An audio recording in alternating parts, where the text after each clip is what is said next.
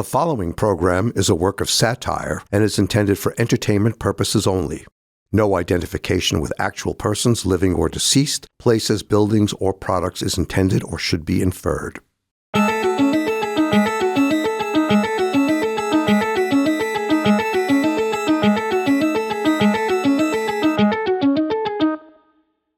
There are moments rare, fragile, and sometimes deeply unsettling in a man's life when he is forced to confront not only his past, but what has already been decided for him, his fate. For Thomas Martin, that moment did not arrive with fanfare, nor by God shouting it from the mountaintops. It arrived quietly, over breakfast one morning. It arrived with butter melting on a slice of toast, steam rising from a cup of coffee, and oddly, by a message uninvited, untraceable, yet impossibly precise. Martin had slept that night, though not deeply. Sleep had come to him in fragments, interrupted by the silent procession of images, open coffins, the objects within them, the undeniable suggestion that his life had been recorded not merely in memory, but in evidence. Still, as always, morning brought routine, and routine, Thomas Martin believed, could restore order. He sat at his small kitchen table, buttered every corner of his toast with exacting care, poured his coffee, and then reached for his cell phone.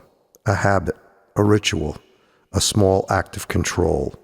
There were usually text messages and emails, a dozen or so, ordinary, predictable. But that morning, there was one text message among the communications he received that did not belong. The number was unfamiliar, not stored in his contacts, not recognized, a sequence of digits without context, without history, without place. Thomas Martin stared at it. Under ordinary circumstances, he would have deleted it. Unknown messages were disruptions, and disruptions were to be avoided. But ordinary circumstances were no longer present in Martin's life.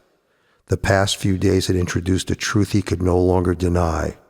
Not all records were documented by human hands, and not all communications originated from the living.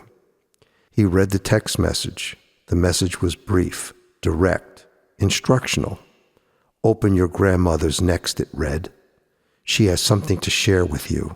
A pause, a space, and then, sincerely, "your grandfather." Thomas Martin felt something shift within him, not fear, not disbelief, but recognition. His grandfather had been dead for decades, documented, filed, final, and yet, although his grandfather never owned a cell phone during his lifetime, here was a text message from him, signed by him. Martin read it again, slowly, carefully, as though the words themselves might rearrange, but they did not. The text had an attachment. He clicked on it. It was a photograph, black and white. At that instant, time, which Martin had always known to move in one direction, collapsed upon itself. The photograph was of him as a child, about 4 years old. There he was, seated in his grandmother's lap. He recognized her face immediately, the softness of her expression, the way her hands rested gently around him, and in his arms was his beloved and irreplaceable teddy bear, the teddy bear he called Baby. Baby was Martin's best friend and closest ally throughout his entire childhood. And wrapped around him, a blanket. He remembered that it was brown and blue, checkered. His blankie, he recognized it immediately. Not vaguely, but precisely. The weight of it, the comfort, the warmth, the safety and security it provided him. He remembered the moment the photograph had been taken. His grandfather had used a Polaroid camera. He remembered the click, the pause, the stillness. Martin lowered his cell phone slowly. This was no coincidence, no fabrication, no trick. This was a memory preserved, retrieved, delivered. But how? He stood abruptly, not with panic, but with purpose, because Thomas Martin always required confirmation. He searched for the sender's phone number online. Nothing. He called the major cell phone carriers, one by one. Each response was identical. "We have no such phone number on file in our records." no record, no origin, no existence, and yet the message was sent and inexplicably received. After exhausting all possibilities, Martin arose from the kitchen table, stood still for a moment, and then he remembered. The attic, the photo albums. Because Thomas Martin did not trust memory alone, he trusted documentation. He ascended the narrow staircase to the attic. The air smelled musty. Dust hung faintly in the light filtering through a small window. There were boxes, stacks, photo albums arranged in no particular order, except, of course, in the precise order only known to Martin. He searched methodically, box after box, album after album, page after page, years unfolding in silent procession.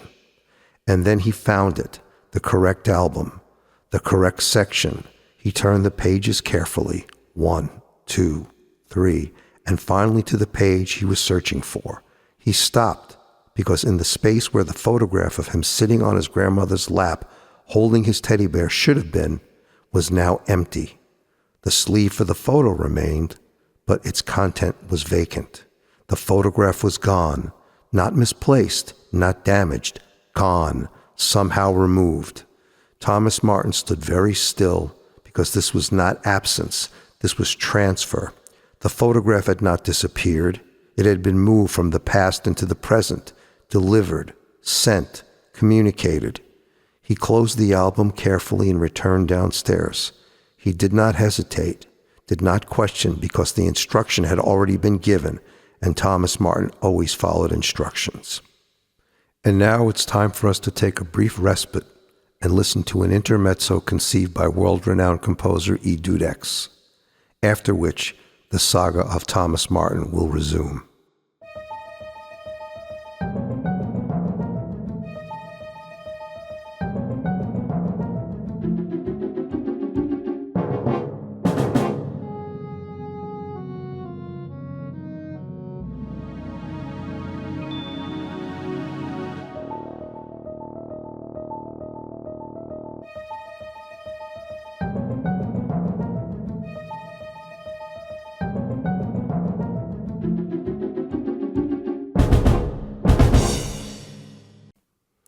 We continue. Martin crossed into the mortuary, descended the basement stairs. The morgue awaited him. 37 coffins, 37 records, and now one that had been called forward, his grandmother's. He approached her coffin slowly, not with fear, but with an unfamiliar feeling, not trepidation, expectation, because now he understood that these coffins were not merely containers. They were messages and messengers. He placed his hands on the lid, paused, then opened it. The hinges creaked softly. The interior revealed itself gradually as light entered the coffin's space. And there, resting in a coffin which should have never existed in the first place, were two objects: the teddy bear he called baby and his blankie. They were perfect, untouched, unaffected by time. They were exactly as they had appeared in the photograph and exactly as he had known them as a child. Thomas Martin inhaled sharply, not from shock, but from recognition, because this was not just evidence. It was a memory made tangible. He reached inside, lifted the teddy bear and held it gently in his arms. Its texture was the same, the softness, the weight. He lifted the blanket, ran it through his fingers. He could smell the faint aroma of his grandmother's apple pie long forgotten on it. Something within him, something that had remained untouched for decades, stirred. Memories, not of death, not of records, but of warmth, of comfort, of being held, of being known. He closed his eyes briefly, and in that moment Thomas Martin felt something he had not expected. Connection, not to the system, not to the records, but to the person. His grandmother. He spoke softly. "You kept these for me," he said. The room remained silent, but the objects spoke, because they were not random. They were chosen, selected, delivered, not as evidence of involvement, but as an expression of love. Thomas Martin looked down at his teddy bear, at the blanket, at the impossible presence of something long lost and now seeking understanding. The contents of his grandmother's coffin was not the same as the others he had already opened. Hers did not contain a record of cause. Hers was a record of care. And the message had not been a command. It was an invitation. He replaced the items gently, carefully, respectfully, closed the coffin and stepped back.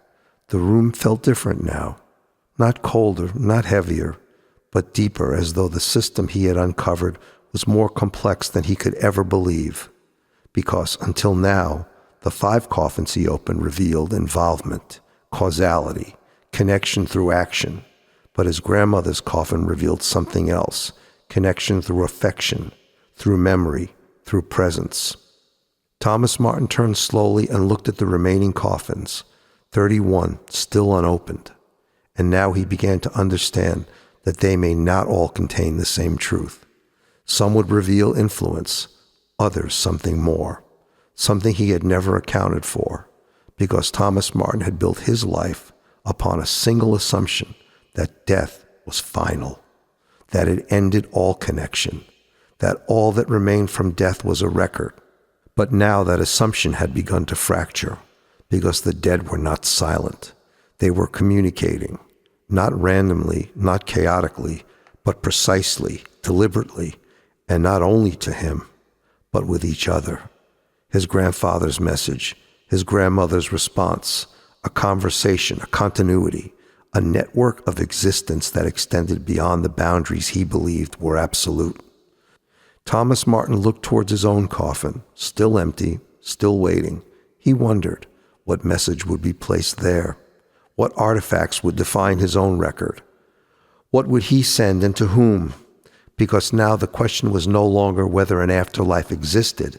The question was what form it took and what role the souls on earth play within it. He picked up his cell phone again.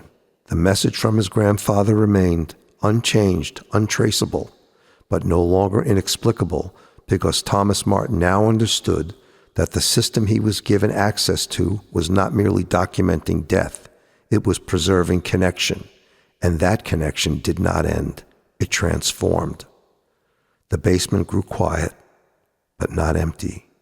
Never empty, because the coffins, the objects, the messages, they were all part of something larger, something beyond record-keeping, beyond control, beyond understanding, a system that did not simply catalog the past, but communicated through it. And as Thomas Martin stood among the silent rows of preserved memory, holding in his mind's eye the image of him as a child in his grandmother's arms, he realized that, for the first time in his life, he was not alone among the dead, because they were not gone. They were present, not in body, but in the things they left behind, not in voice, but in message. And somewhere within that quiet, precise system of preserved moments and impossible correspondence, they were speaking to him, through him, and perhaps awaiting his reply. Because in this place, where time is not linear, where memory is not fixed, and where the boundary between life and death is not a line but a passage, we find Thomas Martin standing at the precipice of a new understanding. In a place where the past is not gone, the dead are not silent, a place where messages were being sent waiting only to be received and perhaps answered, a place known as the Conflation Station.